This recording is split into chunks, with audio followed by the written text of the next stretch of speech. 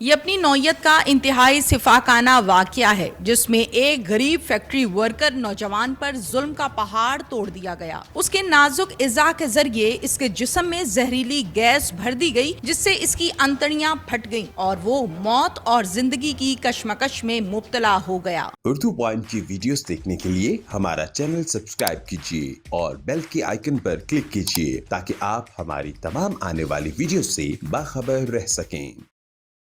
अस्सलामुअलैकुम। उर्दू पॉइंट से मैं हूं आपकी मेज़बान तहमीना शेख। मियो हॉस्पिटल के बाहर मैं इस टाइम मौजूद हूं।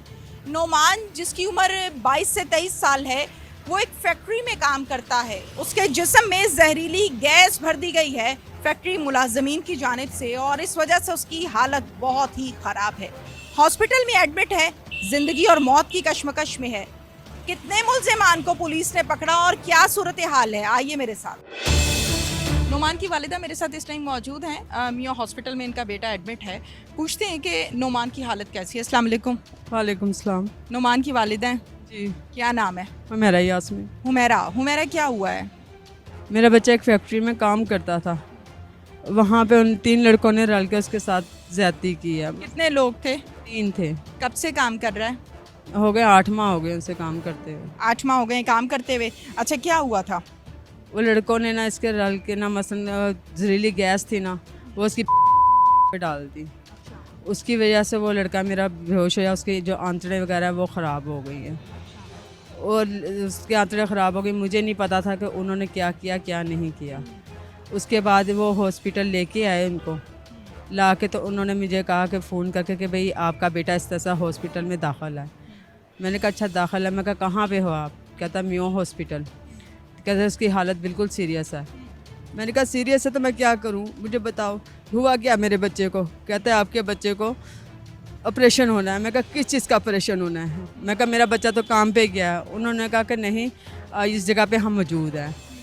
मैंने कहा अच्छा। मैं घर से निकली, इनके पापा को फ़ोन करके इनको ले कर यहाँ पर आई, तो उन्होंने हॉस्पिटल में आते साथ ही ऑपरेशन के लिए पेपर पर साइन करवाया मुझसे।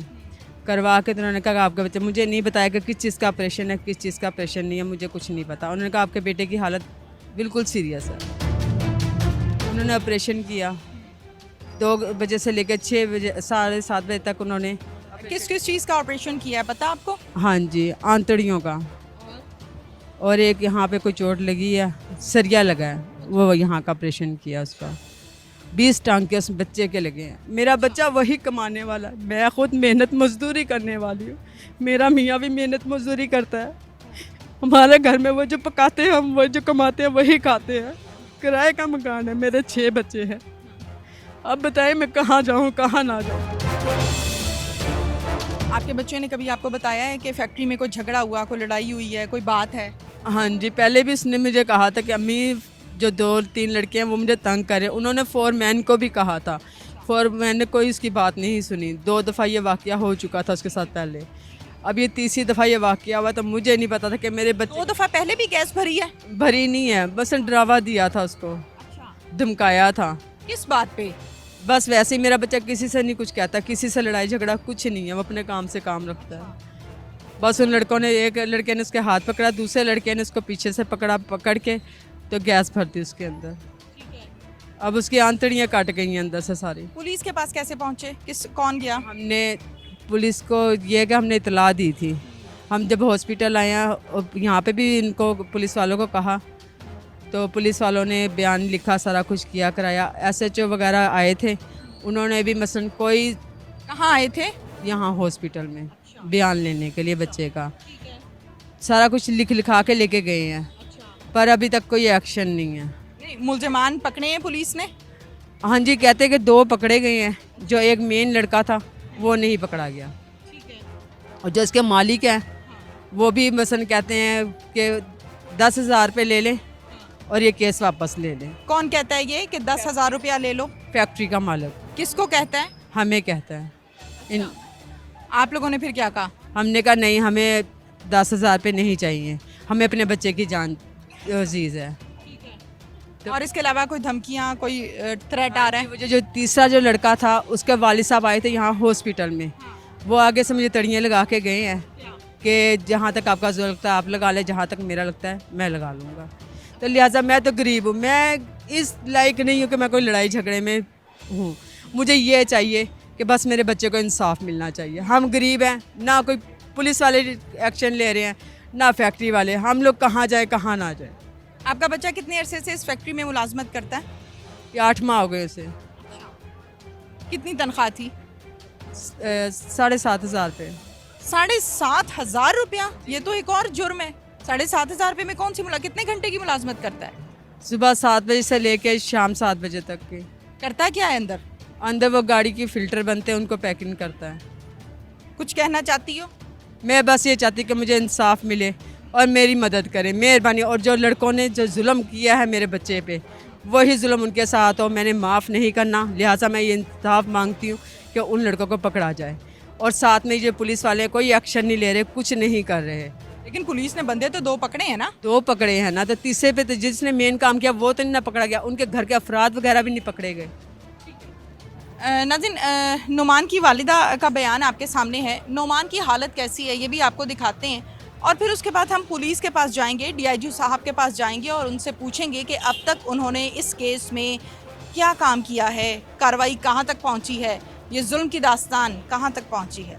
मेरा नाम नुमान है, मैं फैक्ट्री में काम करता हूँ और इन्होंने मेरे साथ बहुत बड़ी ज्यादती की है। मैं अल्लाह ताला से मौत ही मांग रहा हूँ। क्या किया इन्होंने मेरे दवा पड़ी है और मेरे सारे पेट की नाड़ें फट गई हैं। सफाई कर रहा था, हल्की सफाई करके डस्ट साफ करने गया हूँ। हैदर, अहमद और इम्तियाज, इन तीनों की शरारतें हैं। अहमद ने मारा इन दोनों को और मार के कहा इसको पकड़ो।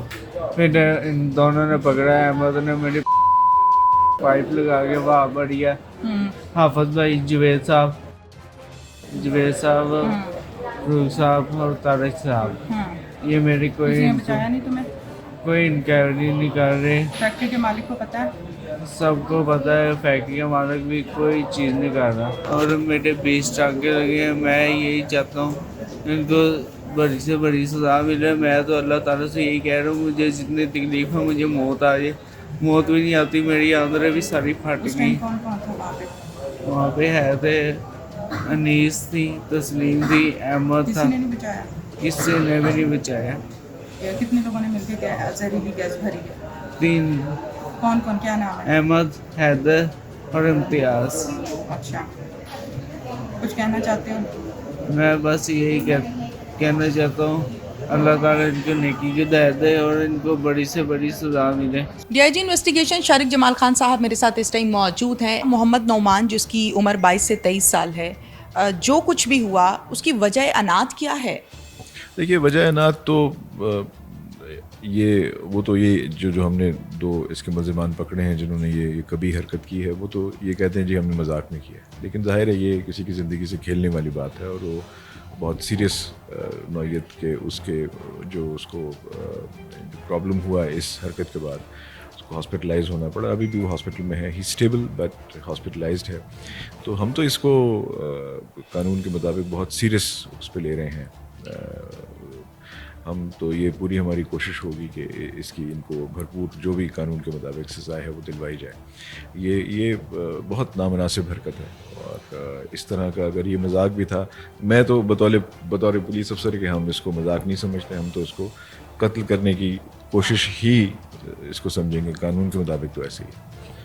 शारिक साहब, मोहम्मद नौमान, जिसकी उम्र 22 से 23 साल है, उसके जिस्म में जहरीली गैस भर दी जाती है और फिर उसके बाद ये मामला जाता है पुलिस तक, और पुलिस इसमें कितने मुल्ज़िमान अब तक पकड़ चुकी है?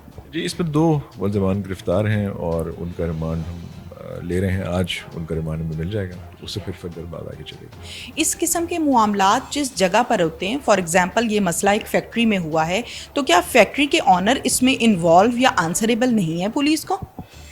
देखिए जी, ये तो अब तफ्तीश, चूँकि ये रिमांड पे आ जाएंगे, तफ्तीश फर्दर चलेगी, उसमें हम देखेंगे कि इनके साथ और लोग थे या किसी के कहने पे इन्होंने ये किया या ख़ुद किया, या जिस तरह ये कह रहे हैं कि जी ये मजाक है, ये तो अब तफ्तीश के बाद ही पता चलेगा।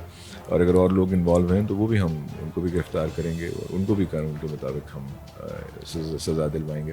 लेकिन अभी ये इट्स अ बिट अर्ली मेरे लिए कि इस पर कमेंट कर सकूँ, क्योंकि तफ्तीश अभी चल रही है। ठीक है, नोमान ज़िंदगी और मौत की कश्मकश में था, अब थोड़ा सा स्टेबल है, हॉस्पिटलाइज्ड है।